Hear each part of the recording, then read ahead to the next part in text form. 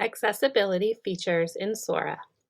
This video will demonstrate how to access Sora reading preferences to better accommodate all readers' visual needs. Begin in Sora and go to any book that you have checked out. Sora provides many options for visual adjustments. For a fixed format, like a picture book, there are fewer options. Chapter books have some options that are not available in picture books. If you're reading a picture book, there are several options. The zoom function can make the images bigger.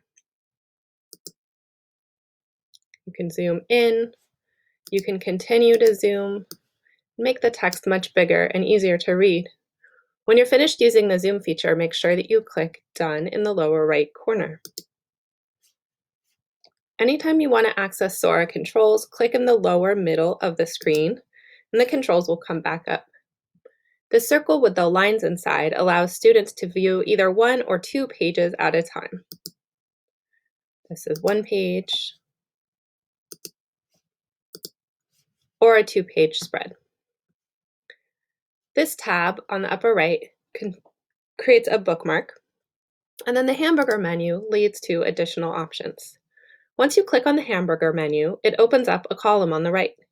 Some books include narration. In that case, you would have access to the narration start and stop in this area, and you could speed it up or slow it down. This book does not contain narration. In some books, the text scale and book design can be changed. For this book, that's not an option. Under reading settings, there are several different preferences. You can change the background to best meet your visual needs. It can be bright, sepia, dark, or high contrast. These are the 4 choices for lighting for picture books. However you set your book is how you will see your other books going forward. To go back to your shelf, click Close. Remember, Sora will remember where you are. And if you're reading a chapter book, there are additional options for reading preferences.